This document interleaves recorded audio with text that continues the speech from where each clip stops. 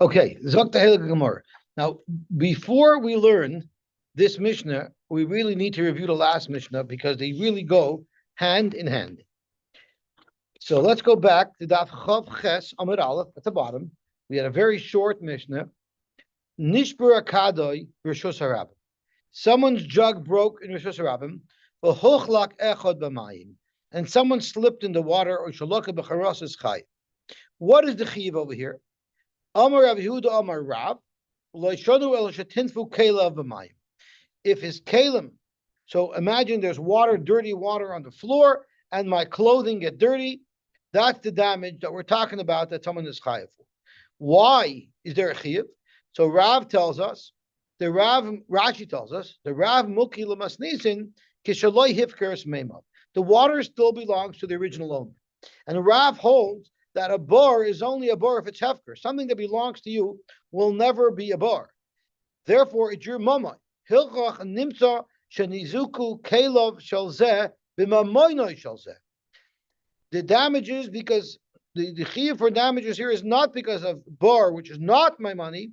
Rather, this was damaged by my money. It would be like shor. So if we had to analyze which category of nezek does it fall into, shor, bar, mava, or hever, Rashi is saying it falls into the category of shor. How does it work exactly? It's not Karen because you're paying nezek solid. It must be al chain v'regel. Chain v'regel is part of Rishus Harabim, and this is Birshus Harabim. So I was talking to Rabbi Moshe Weinberg today, and we thought that if you remember not too long ago, we learned about Tzidei Rishus Harabim, that there's a chiyuv of shein v'regel if a cow or your bull ate something from Tzidei Rishus Harabim, but it's eating it from Rishus Harabim, it's not Rishus Yochid. So Rashi says there, since it's normal for people to store their food, their peiros, at the side of the road, Lagabi that it's called Rishus Yochid because it's called Rishus Nizik. If I have a right to keep my thing here, it's called Rishus Nizik. So you see, Rishus Nizik by Shein V'Regel is a concept. It's not an absolute. So therefore, maybe this falls into that category. Just speculation. Where do you get that premise that the people store their stuff at the side of the road? Rashi says it was normal. That was common practice, right? We had it a couple of days ago. We had a couple of, remember we had the study of Tzidei Rishus Harabim? Yeah. So Rashi said it over there. Right. But it was not, it didn't absolve you from that. And the chiv there is al chain. It was? You were chayav? Yeah, remember there was a machlokes if the animal actually walks in to the Tzidei Rishus Harabim, or if the animal just leans the chayzeres, right?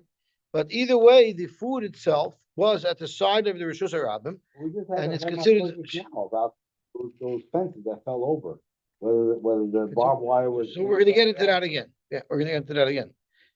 But my main point is that you could be chayiv for shein v'regel, even though it's Rishus Harabim, it's possible to have such a chiv. So that's how Rav learns. Avol, however, hu atzma, if he himself got injured, potter would be potter. How would the injury have occurred if there was this water that slipped on the ground? Rashi says he slipped on the water and he nicely and softly glided to the ground, and then suddenly he came to a very quick and abrupt stop when he hit the ground. So all I did, my money was a goyrim for him to fall down. The damage happened when he hit the ground. That's only a goyrim. Isn't every bar a goyrim because the damage is when the animal falls and hits the ground? Zokt Rashi, Rav holds that the chiyuv for bar is not for the hitting the ground. It's not the chavata. It's the hevel. And therefore, chavata is not a chiyuv of bar. And he's not mechuyev because it was mammon amazik, because his mammon was only a gram. So that's how Rav learns that brisa, that Mishnah. And now we're going to see how Rav learns this Mishnah, which is very, very similar. Hashavich mayim b'rishus harabim. So right away, there's a distinction. Here he spilled water. There his cod broke. So here he did it on purpose. And somebody else was damaged because of what he did. Exactly what the damage was, we'll see soon. Chayiv ben Iskay, the person who spilled the water, has to pay damages. Does it happen instantly or is it sitting water? That's all going to come into play. So these are all good horrors.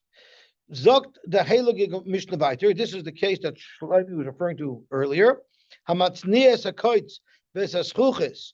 Someone hides in Rosh Hashanah a menace, such as a thorn or a shard of glass, or ba'goider as gudrei bekutim. If someone makes a barrier around his property, not with rocks, but with thorns, that's literally a barbed wire fence, right? The gather shenafel Rosh Hashanah, or if you had a gather that fell in Rosh Hashanah, so now you're responsible to clean it up. And others got hurt with them. Chai v'niskan, the owner of these properties, have to pay. So let's focus on the first half of the mission.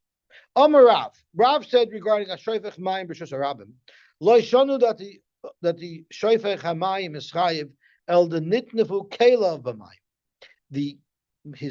Someone's clothing got dirty with the dirty water that you dumped out, and that's where the chiyuv is from.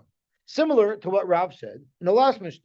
Aval hu atzmoi, but if he himself got hurt, and again it would be where he slipped and banged himself, pater because karka oilam is ikasai. So Rav says the exact same thing for this Mishnah as he says in last Mishnah. So we're going to have a problem. Why is there a redundancy in the Mishnah? Why would a Tana say the same thing twice? Amalei Rav Huna Rav. Rav Huna asked Rav, there is a very good reason why you should be mechuyev, even if a person got damaged, because a person not necessarily would get damaged from slipping and banging himself on the ground. He can actually get damaged directly from this water. And how would that be possible? What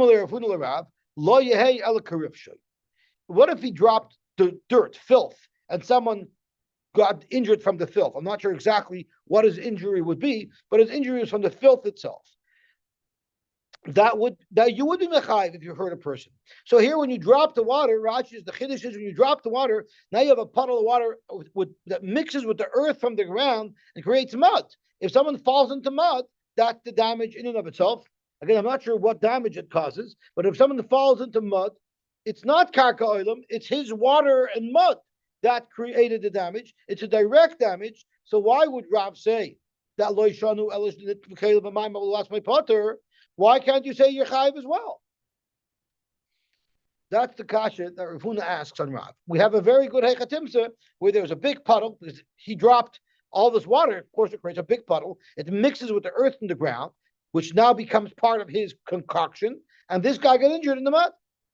So therefore, why can't you learn that the person himself that got damaged would be able to collect? And it's not karkoidim. It's not a grum. Zok to Gemara. Mi Sovris. So Rashi asks, Tosfos asks, this exact same kasha could have been asked on last Mishnah, right? So Tosfos says it's a very big difference. Here's a shoyfeich mayim b'shus harabim. When I'm dumping water, yes, you'll be mechayiv. There it says by mistake it broke, right? So That was our type. no, the words of the Mishnah is nishbra kadai. It happened by mistake, right? Here it's a shoyfeich b'kavod. So let's see Tosfos.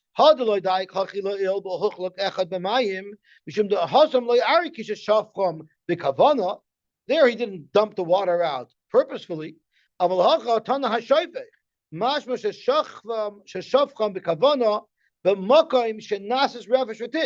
dumped it in a place where he knew it would become thick mud and cause damage to a person. So that's one reason why the Gemara only asks that question. Here, Inami Bereisha Katani Huchlak. It says specifically the problem was that he slipped. That's what it says in the Mishnah. All the water caused is that he should slip and bang himself on the karka oilam.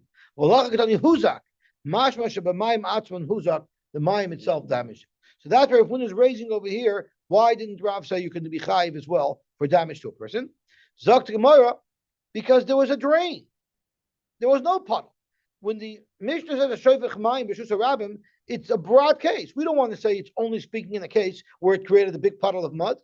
Any shoyfech mayim b'shus harabim would be chayiv, even if it didn't make a big puddle. So mi savos loy tamu maya, the water didn't drain away. Maybe with the tamu maya, it's also referring to a case of tamu maya where there would be no big puddle for someone to get hurt in. So then you're going to ask me, so how did the keli get damaged if there's no water? So Tosfos says the tamu maya appears, but tamu maya nami ayri. The Mishnah is a broad case. Don't limit it to a case where there's a big puddle. Even if there's no big puddle. We'd rather say that the Mishnah is speaking in any event, even though we're limiting it now when we're saying it's not speaking about damage to a person, it's only speaking about damage to a keli. And then spread it to apply it to kelim of. The Mishnah would rather be broad in the sense of tamumaya. If it's tamumaya, stama mafkalu, he would have been mafkarit. Remember, Raf holds it's not chayv here, it's bar. It's chayv here, it's mama namazik. If you're mafkarit, it's bar. If it's bar, you don't pay for kelim. Bava bar potter by a kelim. So if you're learning and speaking with a dry, if there's a lot of water there, I might want to retrieve it. Water in those days was valuable. Today, water is valuable too. A liter of water is more than a liter of gas. I don't know if you know that. But in those days, water was very valuable. So a lot of water, I'm not going to be mafkar, but a couple of drops of water that's going down the drain, I would be mafkar. So therefore, you should be potter on kelim. Yishloimar, the loitamu kol kach shelo yedain ruin l'shum davar. There's not a big puddle enough to hurt a person, but there's enough of a puddle that I still want to retain for myself. Beautiful. So that's our Gemara. Zok the Gemara. So now we have a question. In essence, now that we analyze this, there's two Mishnayos that are saying exactly the same thing. For Tarti Lomali, why do I need two Mishnayos in a row that are saying exactly the same thing? The Tarti is Chad b'Yimoysa Chama. One is being b'Yimoysa Chama. What is special about Yimoysa Chama? In Yimoysa Chama, you're not allowed to dump your filthy water on the street. So you did something wrong. So the first Mishnah, if we would only have one Mishnah, we would say, well, no, you chayav for damages if you dump water. That's if you were not allowed to dump water. But what about the Moshe Shamim where the roads are muddy anyway, and there we're going to learn soon you're allowed to dump your water. Maybe when I'm allowed to dump my water, I'm indemnified and I don't have to pay for damages.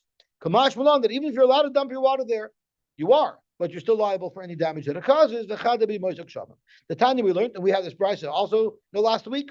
Kol elu she'amru hoiskin bi b'seyen. You could open up your sewage, your sewage pipes or your septic tank, so to speak. The garfin marisayan, and you get rid of all of your gray water. I think the bibois are the gray water, and the marisayan are the septic tanks. You're not allowed to do that in the summer and dirty up the roads. Anyway, everything is a mess. But even though it was done by Rishus, and that's why our Mishnah repeats this halacha twice to tell you that even when you're allowed to do it, you're still going to be liable for any damages caused by it. Oh yeah, I forgot something very, very important. Could you reach the chumash? Let's push it over here. I always love when we run into something that we learned in the parsha. So I'm sure the Olam listens to the Haftarah, and I don't usually listen. I don't usually listen to Haftarah. I usually prepare to give. But today I had a joke that I want to say the Haftarah. I don't know why. Maybe I should be Jewish today. So I read Haftarah, and look what I saw in the Haftarah. I saw a pasuk that we should all recognize. That's not only relevant to our sugya, but it's also relevant to what we're going through, to what Klal Yisrael is going through right now. It says in the charter of Hamas, in the Hadith, that, every tree is going to say, come, there's a Jew behind me, come kill the Jew, right? That's the famous quote that they say from the Hadith, that every tree is going to announce, there's a Jew behind me, come kill the Jew. That's Hamas's thing. In other words, we're going to become vulnerable, we're going to become revealed. By the Muslims. Let me tell you what's really going to happen b'achas hayomim that the Navi tells us. And it was a pasuk that we used. Do you remember there was a machlokes in Gemara if Mava is Adam or if Mava is Shane? If Mava was Shane, the Gemara brought a pasuk to support Mava being Shane. Does anybody remember what that pasuk is? So I want to show you a pasuk in today's Haftarah. It says in today's Haftarah, hopefully it's here. It was here when I looked this morning. Hi, Vic, you can't do this to me. It's speaking about the end of times when Mashiach is going to come and we're going to get rid of the problems that we have from Esav. Maybe it's even earlier in the. It's even earlier. Oh yeah, how come it's never here when I'm looking for it? I promise you it was there this morning. Eich nechpesu Esav nivu matspuno. So nivu is mave, and we learned that it means teeth because the teeth are sometimes uncovered when you talk. Your teeth get uncovered. Remember that? And the pasuk was talking about at the end of times, Esav was going to get ransacked. All of his hidden treasures that he thought were completely concealed and not accessible to any potential robber, they're going to find everything. How did Esav get ransacked? Nivu Matspunov, his hidden treasures were uncovered and they were taken away from him. So I'm saying that this is how it's going to be. Not the Yidden are going to be revealed to be vulnerable, so the Muslim can kill us. Esav is going to be revealed. Esav will be vulnerable, and we'll have Nitzachim. Be'ez Hashem, it should happen sooner rather than later. Amen. I also wanted to mention that our learning should be a schus for Refuah Shalema for two people, for Moshe Shmuel ben Sarah Bastian, and for Mordechai ben. Does anybody know Mordechai ben? I think it's ben Sarah. You should have a Refuah Shalema b'Karav Mamish. Kazok to Gemara weiter. Hamatznia es hakoitz. And there's the side. I think matspunov also means subconscious. What the real intent is. So I think maybe the pasuk is also mentioning that when the Mashiach come, we're going to find out really what they're about. It's not about the land. It's not about the Palestinians. The real is just simple hatred of the Yid. We know that now. Maybe it's Mashiach side. I think that's what Akiva is trying to say. Mashiach side. No, that's the point. Nivel matspunov. Matspun is a person's consciousness. Is what he really. That modern Hebrew. Modern Hebrew, yeah. Okay, gewaltig. Hamatznia is a koitz. So if someone buries his thorns around, he's responsible for it. Amar Rabbi Yochanan. So this is the chulu. So it's really going on the case where someone built his fence, his gather, out of thorns. And if someone gets hurt in the Rosh Hashanah from those thorns, from his barbed wire fence, he has to pay. Amar Rabbi Yochanan lo yishanu ela mafriach. If your barbs stick out into the Rosh Hashanah and they hurt somebody, only then are you mechuyev for damages. What if the barbed wire is completely on your side of the property line? None of it infringes, and someone walks by and bangs into it by infringing on your property. Then you're going to be potter. My time of potter. It's not the normal thing to do when you're walking down the street to lean on a private wall and karatzen. That you could do in the mikveh, but when you're walking down the street, you don't karatz yourself. And therefore, since that's not the normal thing to do, when he put thorns there, when he put up his barbed wires, they're not a menace to society. Tanu Rabbanan, hamatznia kutzoisov v'zchuchiosov. So you have a guy who's, I would say he's a little bit off the wall, maybe he's socially awkward because he has his thorn and broken glass collection. I don't know anybody who collects that, and I would have thought he's off the wall, but the problem is he actually put it on the wall. So he was trying to show, don't think I'm off the wall. I'm actually putting it on the wall, right? And vice versa, it was a normal thing that I guess on this part of your wall that's facing Rosh Hashanah, the people from Rosh Hashanah would put things there. And comes along the owner of the wall, and he knocked his wall down. And now the dangerous pieces are a menace to society in Rosh Hashanah, the novel Rosh Hashanah, and people who are hurt from those items. Chayiv hamatzniya. The person who hit it is chayiv. Why is he chayiv? Because he put it there. Okay, weiter. However, Amar Rabbi Yochanan lo yishanu ela b'kosel ruah. This only applies by kosel ruah. Why am I chayiv by kosel ruah? When he put it in the wall, he can't assume it's going to be safe forever. This is a weak wall, so the Bailam are for sure going to knock it down any day now. So he knows that he's posing a potential hazard in society. Somebody putting in these kaitzim on the Inside someone's wall, probably. Yeah, not the bala. That's bala. The owner of the wall is separate from this person who put these kaitzim there. But if it's in a perfectly healthy wall, hamatzniya potter, because I assume that this wall will be there forever. There's no reason that someone's knocking a wall down. The chayiv balakosel, but the balakosel is chayiv. You know why? Rashi told us why. The havel tzneinu. I'm assuming if he didn't know it's there, how could he hide it? It must be that after it fell down, and he sees the danger there, right? He knocked his wall down. Now he sees glass all over the thing. He should have cleaned it up then. Okay, so let's stop a second. Look at Tosfos. Tosfos says the chayiv balakosel. Correct Tosfos. If the balakosel is chayiv by a healthy wall, he should be chayiv by a weak wall as well. V'im toimar kosel ruah nami iboyle lasuke daitoi Shemetznim sham kishoy. You're telling me if it was a weak wall and I see those pieces on the floor, I don't have to clean it up. You know why? Because it's not my problem. He should have never put it there. But how does he know when the guy put it there? Maybe the guy put it there a long time ago when the wall was still good. So regardless, the Baal HaKoshel should be chayiv. It's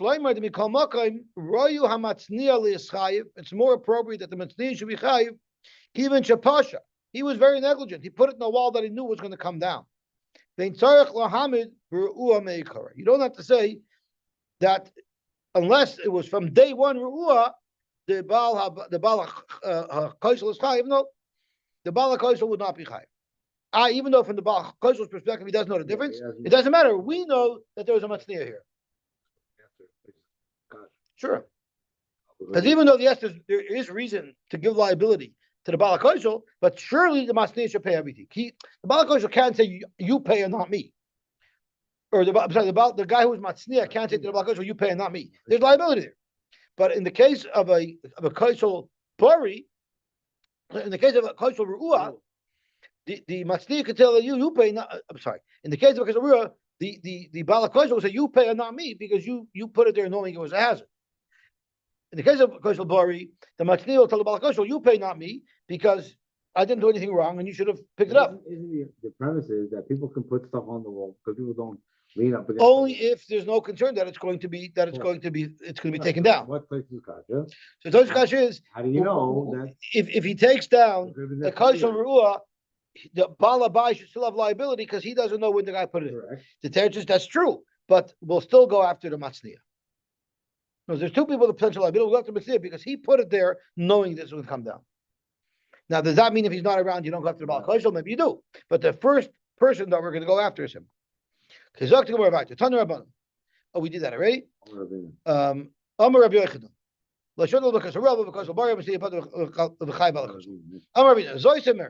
From this halacha of the Kosel, we see an important halacha. We can build out from it another halacha. I dug a bar. I'm a chayiv for any damages that occur from this bar. And then I go and I see you have a cover, and I took your cover and I covered my bar with. The Baldli comes along. He has every right to take his cover back because you didn't get permission to take my cover.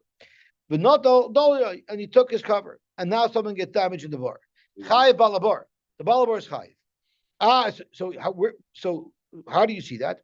You see it because if it was a Koshel Ru'ah and he should have known that it's going to fall down, the Matzniya is chayiv. So the same thing. The person who dug the bar is like the Matzniya, and he should have known that the guy's going to take his Dli back because he had no right to take his Dli. So why would I need Ravina to tell me this? It's a pretty simple conclusion. Okay, Zok Gemara, no, there's a difference here. Here, there's a reason to assume that maybe the Baal Tlish have liability more than the Baal HaKoshel. You know why? By the Baal HaKoshel, my Koshel falls down. I see dirt there. I don't know who it belongs to. I have no idea who put the stuff there. So who am I going to go tell? Right? So therefore, maybe there'll be liability on my part. Here, the person who took his cover knows whose bar it is. So before you take your cover away, maybe you should have notified the Balabar that you're taking your cover back, and maybe therefore there should be liability upon you. Kamash will know there's no liability. It's completely the Balabar's problem. He should never have taken your cover. Taner Rabban, Chasidim are Rishonim. We're going to have a little agada to break. The Erlich Chasidim of the previous generations. We're talking about Chasidim. It's the Mesutcha Maggid's your side. It's Mamish the Lablina strikes again. I don't know if the Lablina would be proud to strike about Chassidus. I mean, he was still a Chassidish, no? So to Chassidim Rishonim, one of the first Chassidim was the Mesutcha Maggid. So Chassidim Rishonim, if you have garbage, you have danger, you have a broken light bulb, what do you do with it? You throw it in the garbage and the city takes it away. In the olden days, there was no city garbage truck taking it away. Not even once a month, like by us, right? So what did you do? People had to build their own landfills in their own property. So that's what they would do. If they had kutzayseim, they had thorns, and broken glass, broken light bulbs. They would bury it in their own fields. But they would bury it deep so they should never be a menace to society. Imagine you're plowing your field and you're banging into bad debris. Your Shami says it's more than that. It's because if it's not very deep enough, then when you plow, it's going to bring it up to the surface, and then once again, there could be a potential hazard. Rav Sheshes, you know what he did with any dangerous goods that he had? Shadi libanur. He burnt them. Rava shadi libatiglas. He would throw it in the river, let it go down the river. What about the guy down the river is going to get damaged? So it could be down the river as a guy. I remember when I was that's my own joke. Because I remember when I was in Philadelphia Yeshiva, it's all goyim. There was only like a handful of Eden by the Yeshiva, right? It's all goyim. And what happened is the cook was a Satmada, and his children lived in Williamsburg. And one Shabbos, they came regularly, once in a while for Shabbos to visit their parents. And by here, next door to the cook lived a Rebbe in TA. He was a Rebbe in the Cheder there. He happened to be a Vermi Birnbaum Shver. He's a Aiden by a Zalman Reuben. So Zalman Reuben comes out of his house and he sees a Chassidish guy, a Satmada, taking out his headlight. So he asked him, Rabbi, was dit there? He says, "Dus is a Yid, ich gemeint, das ist sicher a Goy." Okay, I'll never the next step. So that's maybe that's been Shadi Leviticus. Let the next guy worry about it. No, but I'm sure that it just sweeps it away into the ocean. Amr Rav Yehuda. Hi man, the boy the Mevach Chasida. You're allowed. Yeah. I'm just joking. Hi man, the boy the Mevach Chasida. If somebody wants to be a chassid, in other words, to be nizer in all mitzvahs, lakayim milud in the zikin. He should be mekayim the milud zikin. In other words, he should be very careful to make sure that he doesn't chas v'sholem cause damage to anybody else. And that's what we're learning. Rav Amar milud the avos, because that teaches you good midos. Rav Amar milud the brachas, because that teaches us how to have a relationship and how to appreciate what your Boshim has done for us. And the Mashal speaks out that you need to be a chassid in three areas. A chassid beinoi leven chaveroi, which is nezikin. A chassid beinoi leven atzmoi, which is working on your midos, and the chassid beinoi leven lakadosh baruch hu, which would be milud the brachas. Zok the Mishnah weiter. Hamotzi es tavnoi v'kasher l'shusarabim l'zbalim. What they used to do if they wanted to produce fertilizer, they would take straw and hay, and they would put it out, pile it up in the shusarabim, and animals and people would stomp all over it. It would cause it to break down, and that now became good for fertilizer. And I want to put some monetary value on it because it will be very relevant soon. Let's say I put out $100 worth of hay, and then it gets stomped and smashed and decays. Now that it's good for fertilizer, that $100 worth of hay is now worth $150. So it actually becomes I benefit. Basically, I'm benefiting off the Rosh Hashanah, off endangering the Rosh Hashanah, right? Because people can trip over it. And somebody got hurt. Chayiv beniskot. You have to pay. Not only that, anybody who wants to remove that menace and take that hay, he can keep it. If you put anything in the Rosh Hashanah that can cause danger, and they did damage, the person who owns this hay has to pay. And whoever takes it gets to keep it. Do you see the difference, the nuanced difference between Rav Shimon Gamliel and the Tanna Kama? The second part, no, but the first part, yeah. What's the difference? I think it's identical.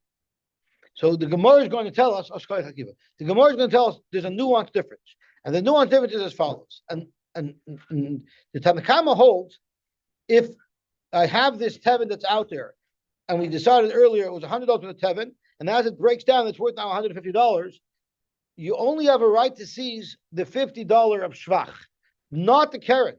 You only have a right to seize what he benefited from the Rosh Hashanah. And that's only $50 worth, not all 150. The Tanna Kama. And Rav Shimon Gamliel says, and we're going to soon see in the Gemara where that comes from. You're making a general statement that we've learned for the last 30 blocks. The what? What was that? Call him a Kalkin Rishus Rabim. But that's pretty much the same as the Tanna Kama was saying. It's no, still why not? Because you gave a big hekatimsa that he put it there for there was a purpose. Right. This is also a makalkal. Makalkal is also a purpose.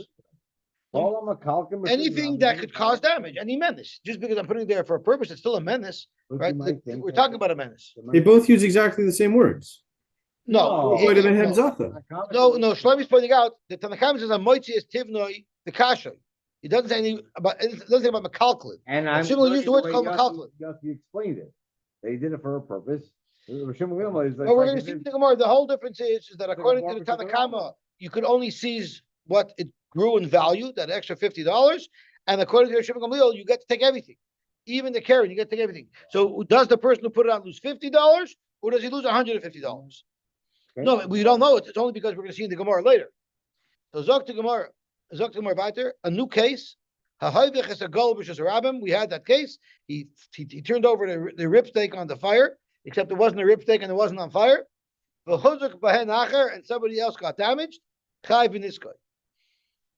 You know, when I'm titling the blot, I wanted to say, let's learn about shift. But I don't know if that would be appropriate. But that's all we're discussing. Lema masnisin the like Rabbi Yehuda. Lema masnisin like everyone knows the famous story with this guy on the plane who was bugging the guy to have a debate with him. Right. So he should have asked him, I'm in this Gemara.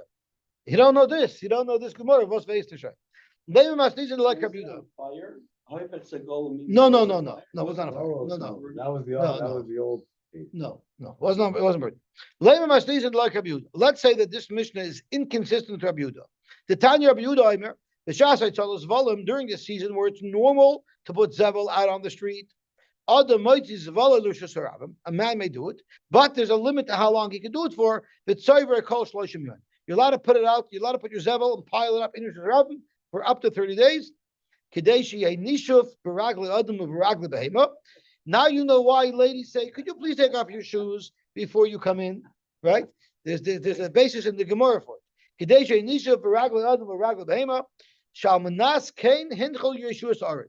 Yeshua gave out the land to Klal Yisrael, he knew that people need to make zevel. Where are they supposed to do it?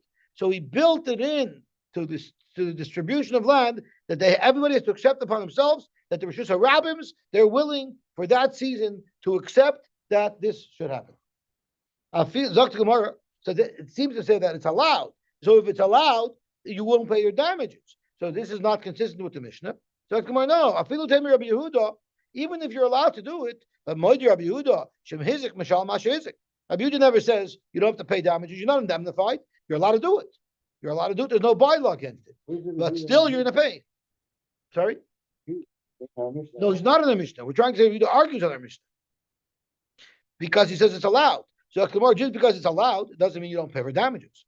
But that's not true. But oh, we have the Leblin strike again. If you leave a Ner Chanukah out, which is where it belongs, it's going to be potter. Why? So it's the same thing as what we said before. My love, Mishum Rishus best.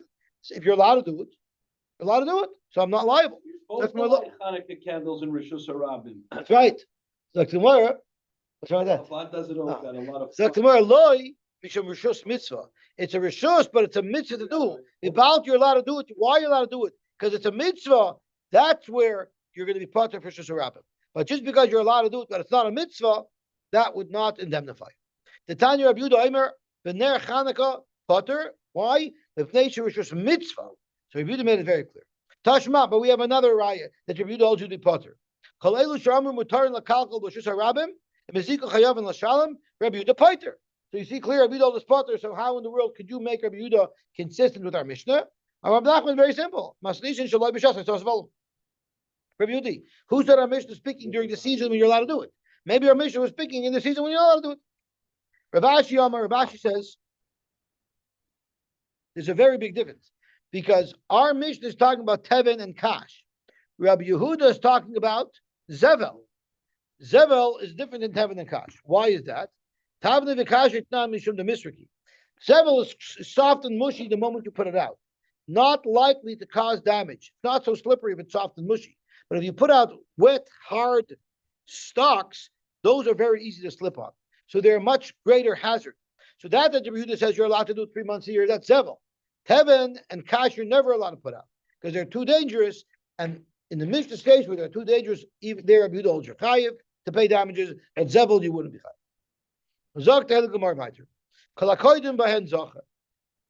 Since someone put his items that are dangerous in the Rishus Harabim, they're free. You can go take them. Amarav, Bain Begufon, Bain Bishvach.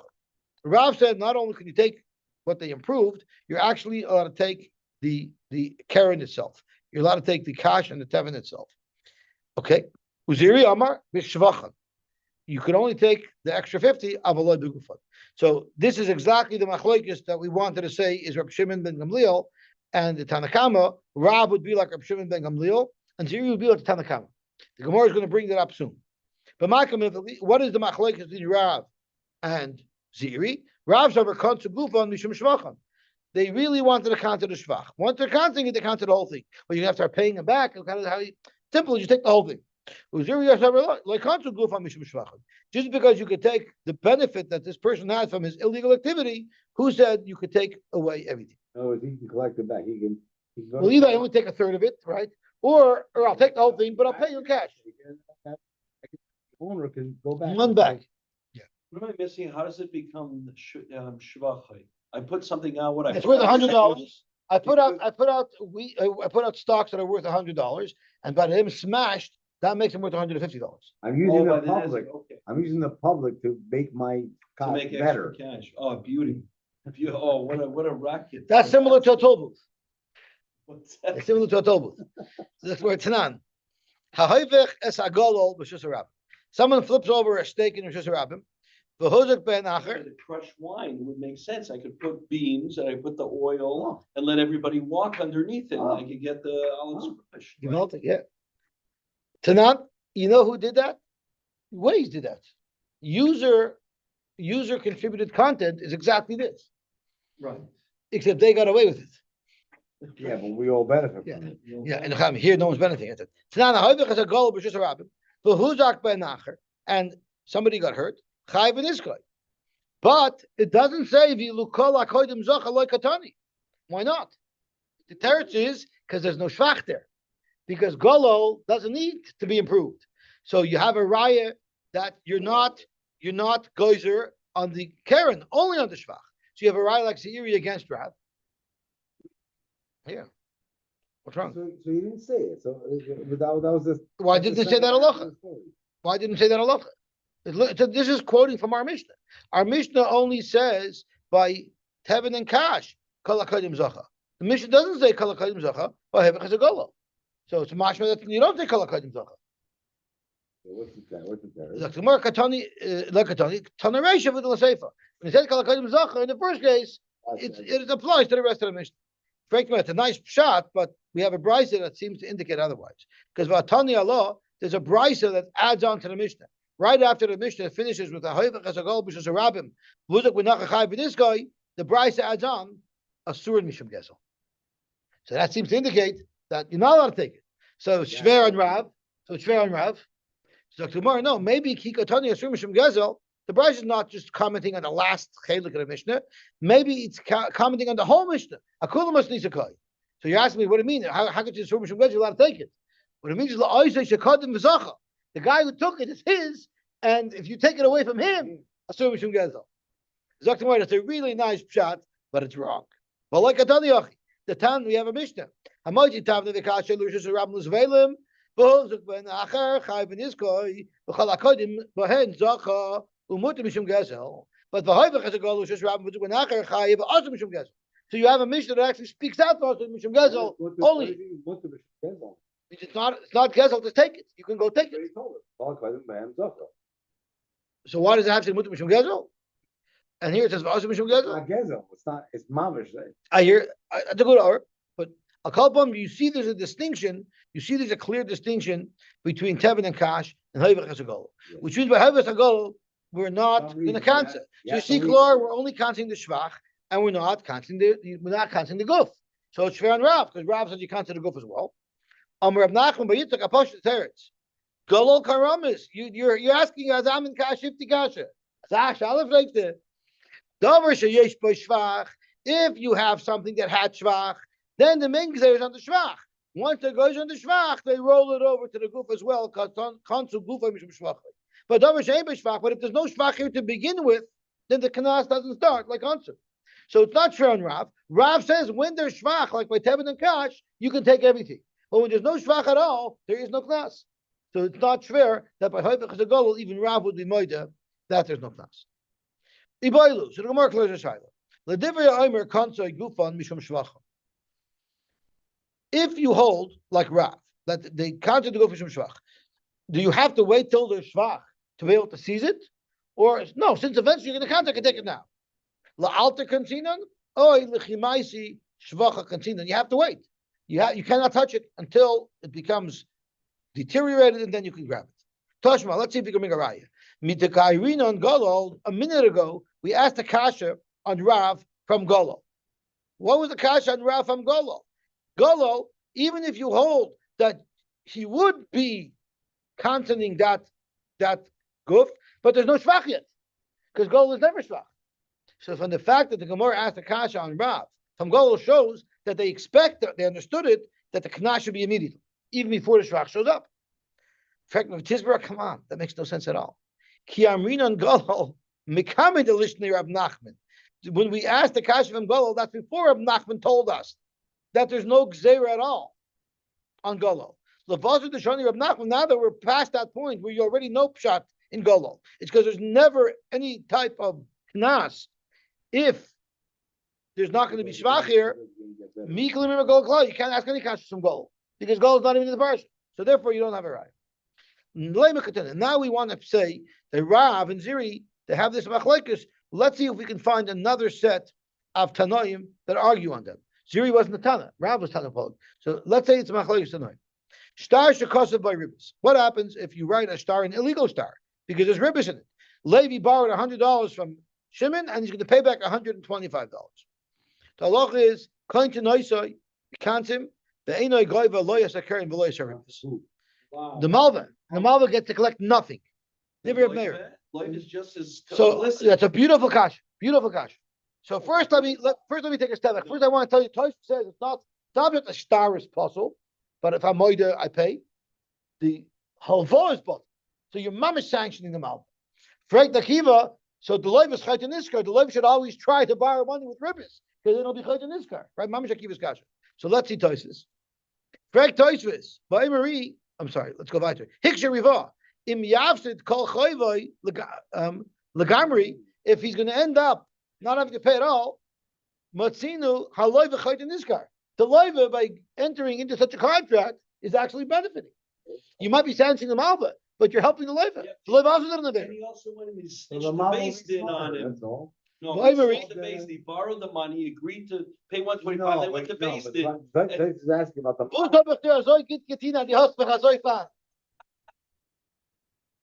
Zok the Gemara. Well, I'm read ain't a kusha. Don't be insulted that the Tosha is saying it's not a kasha. That's also a compliment from Tosha. It's not a kasha, but he wrote it. He wrote it. He felt necessary to write it. Ki hamalva shemarviach, the malva who's benefiting, konsoy beguf, they counted the guf halva machmas hashvach. And through that, Yizar, he'll be careful not to do this again. He went too far. The Malva went too far. Aval aloiva, look at the loiva. Aval aloiva ein lonu b'men liknosh. There's nothing in this transaction with the cancel amount to pay extra. All we're doing is we can cancel this transaction to cancel, but the loiva doesn't have any money You here. gotta give back be $100 gone. at least. That's not a knas. It's not a gas. That's leaving it off. He actually owes She it. lost him. That's the prior level. And the Malva. What was the cost of the Malva? Then he got away that he can't eat the chazer? That's what you He's did. not there. getting paid back. Zero. He So gets who's that. the light? So I'll tell you, I know a lot of people say I didn't charge ribbons and I still didn't get paid back. He was Just a like chazer.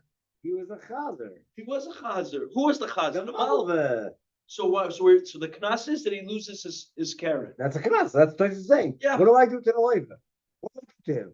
I think the loiva should also be knas. What? You should pay the We double? ribbons?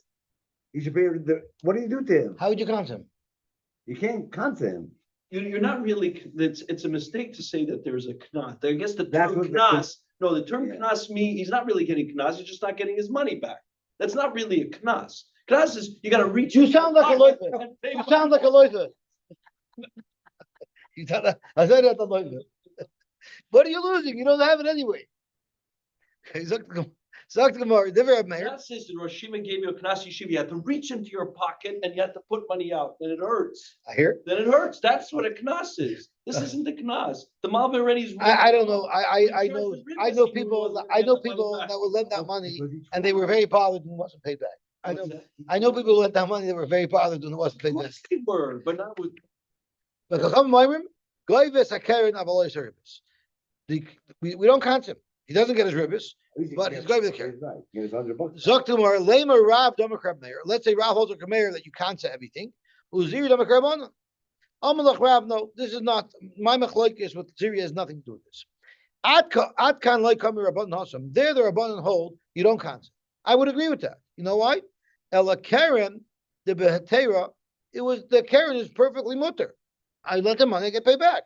Aval Hacha Karen Gufa Kamasik. When you put out your wheat, you put out your stocks, that's causing damage. That's a novel right there. So you're of reason to sanction. Uziri Amalach, Can't lend somebody to put a bet on the football game. Because that would be. Uziri Amalach, and Ziri tells you, Ana the armor Yafila Reb Meir. Even Reb Meir, who holds that by the case of Alva, they can't say everything, that's worse than over here. Why? I can like Reb Meir Hasam, Eladimishas Ksiva, the Ovid Leshuma. The moment you write a star, that entire star is being mechayvim the extra money, and that's an obelisk. So the whole star was written Beiser. We don't know it's going to cause damage. When you put it out, you did anything wrong. It's possible. So therefore, maybe you don't count it. So maybe it will be consistent with our Mishnah. That's where I got it from. And the person got hurt, Chayv in his koy, v'chlakoydim behen zocha, v'asurin mishum gezel. Rabbi Shimon Gamliel Omer, kol makalkum mishus Rav Mezikah chayav l'shalem, v'chlakoydim bhem zocha, umutar mishum gezel. Frank the Gemara, Haguva Kasha. She wanted to know where you saw it in their wording.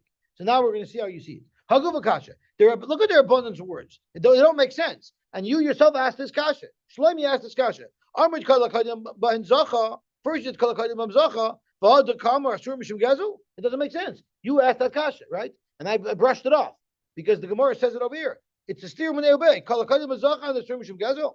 Elav hachikamar. Kalakadim b'zacha b'shvachan. V'astur mishum gezel agufan. So that's where you see it. Now it stems. The also Rabbi Shimon Gamliel the Meimer afilu gufan nami kalakadim b'zacha. Because he says umutar mishum gezel. Everything's mutar mishum gezel. Side of shvach and side of guf. Because you put it out. Why? Because you put it out there. Why does it hold it? Well, the Gemara explained why. Your cancer gufat shvach, right? So Liziri vadetanoi. Ziri has no choice. Ziri says you're never going to counter guf atu shvach. Clearly, Rav Shimon Gamliel doing that, so he has no way out. So he has to say, "I hold like your Rabbanan." But Larav, maybe even the Rabbanan who don't counter in this brisa, maybe they agree with me. How is that possible? Milei Metanoi, Amalach Rav. Yes, everybody agrees. Everybody agrees with me that the whole thing is hefker. So why did the Chum say you cannot take the guf? The chula al makan to guf mishum shvachan. V'hacha v'halacha v'ein morin can't come miflagi. Here, sometimes the halacha is technically that you could take it, but they don't tell people to do that. They don't tell people to do that. The Itmar Ravuna Amar Rav halacha v'ein morin can't. Rav Ada Ba'aba Amar halacha u'morin can't. He holds no, it's halacha and morin can't. You let people take it. Moshe Weinberger asked me, "What's happens halacha ve'American?" So I would think, I thought to be able to say it's like a city bylaw. A city bylaw is not made to enforce. It's made to enforce if there's a complaint to help work out disputes between neighbors. So same thing over here. I'm not going to not let you put them in the street, but if someone's going to complain about it, we're going to deal with it. So therefore, if we say automatically, if someone puts it on the street, anyone goes sees it, that would be a problem. Because if it doesn't bother anybody, let it stay there. That's why it's in maybe that's why it's in American. So only if there's a complaint do we deal with it. Fragt Gemara, is that so? There was a case of someone who was leading chushli around. I don't know what chushli are. It's siren klufin, Rashi says. It's peeled barley, but it was also a menace. And Rav Huna was mafker it. So what do you mean halacha bein marinke? If it's halacha bein marinke, how could it be mafker? Rav Ada Ba'ava afker slikusta. He was mafker slikusta. Rashi says is psailus itzur tmorim after they squeeze out dates. So that's the same idea. That's right. So Bishlam Rav Barav Kishmaitza, he said Allah Umayrin. So it's perfect. El Rav Huna, who said Allah Ben Marin, how come he allowed someone to seize the Choshli? Le Mahadeve, did Rav Huna Chayzer? No. Hanim Musrin Havu. This wasn't the first time he put out this barley. He warned him several times. So eventually he had to be Marin Kane. Eventually he had to throw the book at him. Okay, Gavalt, we will stop here. Bez Hashem, we will continue tomorrow. Akiva, do you have a better title for today's year than what I was thinking? Get your blank off the street. No, I don't agree. I don't agree with how you